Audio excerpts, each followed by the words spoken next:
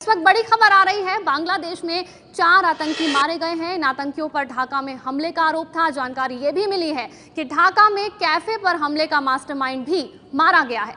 तो बांग्लादेश से बड़ी खबर आ रही है। ढाका हमले का जो मास्टरमाइंड है वो ढेर कर दिया गया है। बांग्लादेश में 4 आतंकी मारे गए हैं, जिसमें ढाका हमले का मास्टरमाइंड भी ढेर हुआ है। ढाका में कैफे पर जो हाल ही में आतंकी हमला हुआ था, उसका जो मास्टरमाइंड है उसे मार गिराया गया है। 4 आतंकी कुल मिलाकर मारे गए हैं, जिनमें से एक ढाका हमले का मास्टरमाइंड भी है। तो ढाका से बड़ी खबर, बांग्लादेश के राजधानी ढाका में जो आतंकवादी हमला हुआ था उसका मास्टरमाइंड गिराया गया है।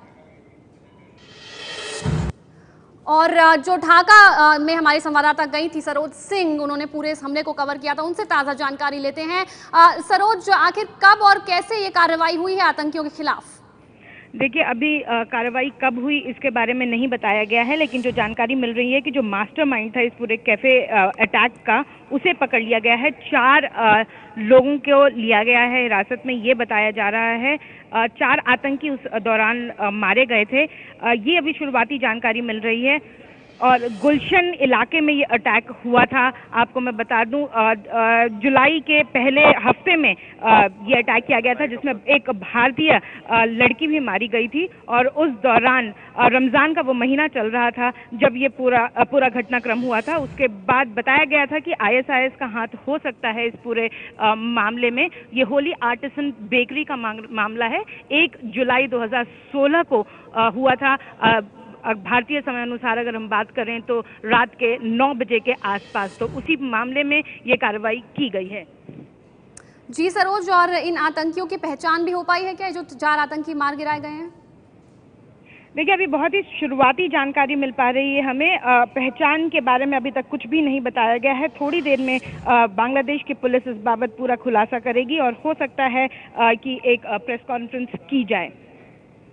जी सरोज, तो जल्दी एक प्रेस कॉन्फ्रेंस भी हो सकती है। सरोज, जिस वक्त ये हमला हुआ था उस वक्त उसके कुछ ही वक्त बाद भारत से भी एक टीम बांग्लादेश गई थी। तो क्या किसी तरह का कोई साझा कोई प्रोग्राम हो या किसी तरह की कोई कोऑपरेशन हुई हो इस सिलसिले में?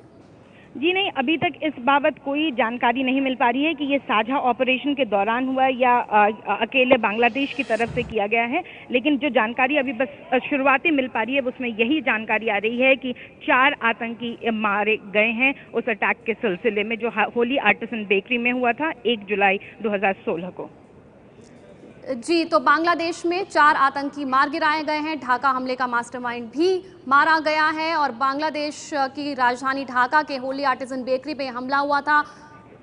गुलशन इलाके में हुआ था, जहां पे दूतावास हैं अलग अलग देशों के। बहुत ही हाई प्रोफाइल, बहुत ही एलीट ये इलाका माना जाता है। ढाका के गुलशन इलाके की होली आर्टिसन बेकरी में ये हमला हुआ था, एक कैफ़े में, जिसमें भारत मूल की भी एक लड़की की मौत हो गई थी। और इसी हमले के मास्टरमाइंड को मार गिराया गया। उसके साथ ही 3 और आतंकी भी मारे गए हैं। तो कुल मिलाकर बांग्लादेश में 4 आतंकी ढेर हुए हैं। इस पूरे हमले में आपको बता दें कि कुल मिलाकर 22 लोग मारे गए थे, जिसमें एक भारत की रहने वाली लड़की भी थी। और उसी पूरे हमले का जो मास्टरमाइंड है उसे मार गिराया गया है।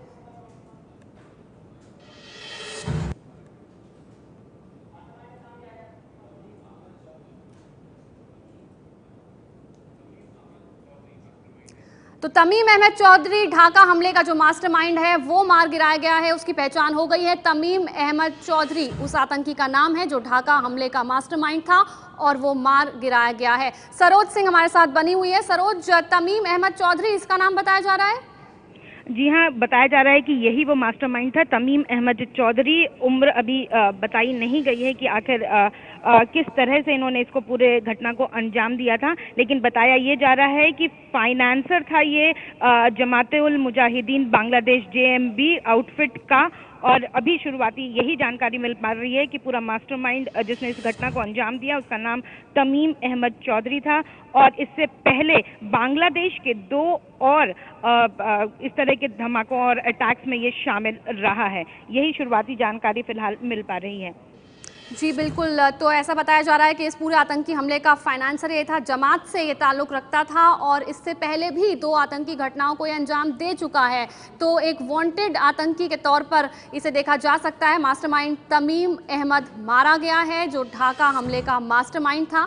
और सरोज सिंह हमारी संवाददाता बता रही थी कि जमात से ये जुड़ा हुआ था और इस पूरे हमले का मास्टरमाइंड था। यहाँ तक कि फाइनेंस भी इसी ने किया था। ढाका में कैफे में जो आतंकी हमला हुआ था जिसमें 22 लोग मारे गए थे। ढाका के हाई प्रोफाइल इलाके में, गुलशन इलाके में, जहाँ बहुत से देशों के दूतावास हैं, एम्बेसीज हैं, वहाँ पर होली आर्टिजन बेकरी में हमला हुआ था। 22 लोग मारे गए थे और उसी हमले का जो मास्टरमाइंड है वो मारा गया है। इस बड़ी खबर पर हमारी नजर बनी रहेगी। आप बने रहिए हमारे साथ।